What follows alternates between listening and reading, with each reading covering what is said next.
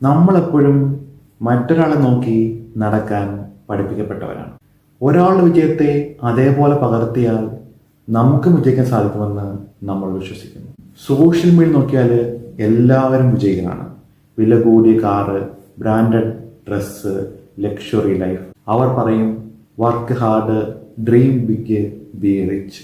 പക്ഷെ സത്യം എന്തെന്നാൽ പലപ്പോഴും ഇവരുടെയൊക്കെ ലക്ഷറി ലൈഫ് ക്യാമറയ്ക്ക് മുന്നിൽ മാത്രമായിരിക്കും, അല്ലെങ്കിൽ ക്യാമറയ്ക്ക് വേണ്ടി മാത്രമായിരിക്കും. വാടക കാറായിരിക്കാം, കടമെടുത്ത പണമായിരിക്കാം, ഫേക്ക് ലൈഫ് സ്റ്റൈലായിരിക്കും.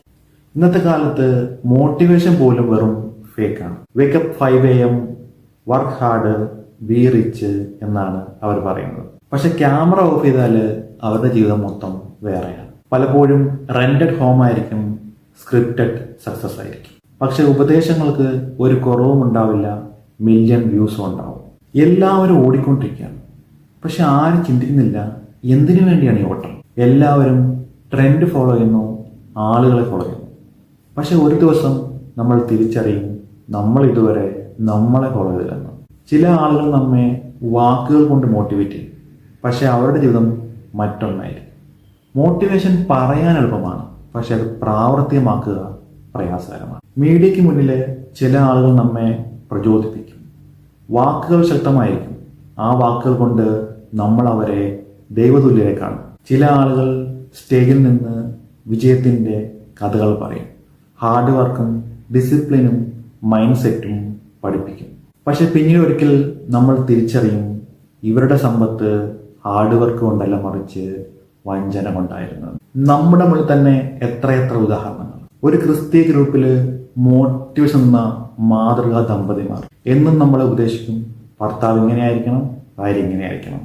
പക്ഷെ ഒരു നാൾ നമ്മൾ കേൾക്കുന്നു അവർ രണ്ടും അടിച്ചു പിരിഞ്ഞു. ഈ അടുത്ത് ഒരു വ്യവസായി സോഷ്യൽ മീഡിയ വഴി മോട്ടിവേഷൻ വാരി വിതർന്ന ആൾ പിന്നീട് നമ്മൾ കേൾക്കുന്നത് അയാൾ സൂസൈഡ് ചെയ്തെന്നാണ്. സോഷ്യൽ മീഡിയ പറയുന്ന അങ്ങനെ എത്ര വിജയകഥകളുണ്ട്. വെറും കുറഞ്ഞ സമയം കൊണ്ട് ഞാൻ അത് നേടി, നിങ്ങൾക്കും സാധിക്കും. ഇത്തരം വാചകങ്ങൾ കേൾക്കുമ്പോൾ എന്താണ് അതിന് പിന്നിലെ യാഥാർത്ഥ്യം? യഥാർത്ഥ ജീവിതത്തിൽ പലപ്പോഴും വിജയം കാണുന്നത് കഠിനാധ്വാനത്തിലായിരിക്കും. ആഡംബരത്തിന് പിന്നിൽ പലപ്പോഴും നാം കാണാത്ത കഷ്ടപ്പാടുണ്ടാവും. അതുകൊണ്ട് സോഷ്യൽ മീഡിയ വിജയകഥ കാണുമ്പോൾ സ്വന്തം ലൈഫുമായിട്ട് താരതമ്യം ചെയ്ത് നിരാശപ്പെടരുത്. വിമർശനാത്മകമായി ചിന്തിക്കുക, സ്വന്തം വഴിയും വിശ്വാസവും അനുസരിച്ച് മുന്നോട്ട് പോകും. ബ്ലൈൻഡായിട്ട് ആരെയും ഫോളോ ചെയ്യരുത്. അത് നമ്മുടെ ചിന്താശക്തിയും വിവേകത്തെയും തളർത്തിക്കളയും. ഇങ്ങനെ ബ്ലൈൻഡായി ഫോളോ ചെയ്യുമ്പോൾ ഉണ്ടാകുന്ന ദോഷങ്ങൾ പലതാണ്. ഒന്ന്, നമ്മൾ ചൂഷണം ചെയ്യപ്പെടും. ചോദ്യം ചെയ്യപ്പെടാൻ പോലും കഴിയാതെ നമ്മളെ എളുപ്പത്തിൽ അവർക്ക് വഞ്ചിക്കാൻ കഴിയും. 2, വ്യക്തിത്വ നഷ്ടം. സ്വന്തമായി തീരുമാനങ്ങൾ എടുക്കാൻ കഴിയാതെ വരുന്നു. 3, തെറ്റായ വഴിയിൽ എത്തിച്ചേരുക. പിന്തുടരുന്ന ആൾക്ക് തെറ്റ് പറ്റിയാൽ പോലും നമുക്കത് തിരിച്ചറിയാൻ കഴിയുന്നില്ല. 4, വിവേചന ശക്തി നശിക്കുക. അതായത് ശരിയും തെറ്റും തിരിച്ചറിയാൻ കഴിയാതെ വരിക. ഈ ട്രാപ്പിൽ നിന്ന് എങ്ങനെ രക്ഷപ്പെടാം? 1, ചോദ്യങ്ങൾ ചോദിക്കുക. ഏത് കാര്യവും വിശ്വസിക്കുന്നതിന് മുമ്പ് എന്തിന്, എങ്ങനെയെന്ന് ചിന്തിക്കുക. 2, സ്വയം പഠിക്കുക. മറ്റൊരാൾ പറയുന്ന മാത്രം കേൾക്കാതെ സ്വയം വസ്തുതകൾ പരിശോധിക്കുക. 3, വ്യത്യസ്ത അഭിപ്രായങ്ങൾ കേൾക്കുക. ഒരു ഭാഗം മാത്രം കേൾക്കാതെ കാര്യങ്ങളെ പല കോണിലൂടെ കാണാൻ ശ്രമിക്കുക. കണ്ണടച്ച് പിന്തുടരുന്ന അല്ല ബുദ്ധി, ചിന്തിച്ച് തിരഞ്ഞെടുക്കുന്നതാണ്. പ്രചോദനം വാക്കുകളിലല്ല, മനുഷ്യത്വത്തിലും സത്യത്തിലുമാണ്. ഞാൻ ഉൾപ്പെടെ ഉച്ചത്തിൽ സംസാരിക്കുന്ന ആളുകളെ കണ്ണടച്ച് പിന്തുടരുക.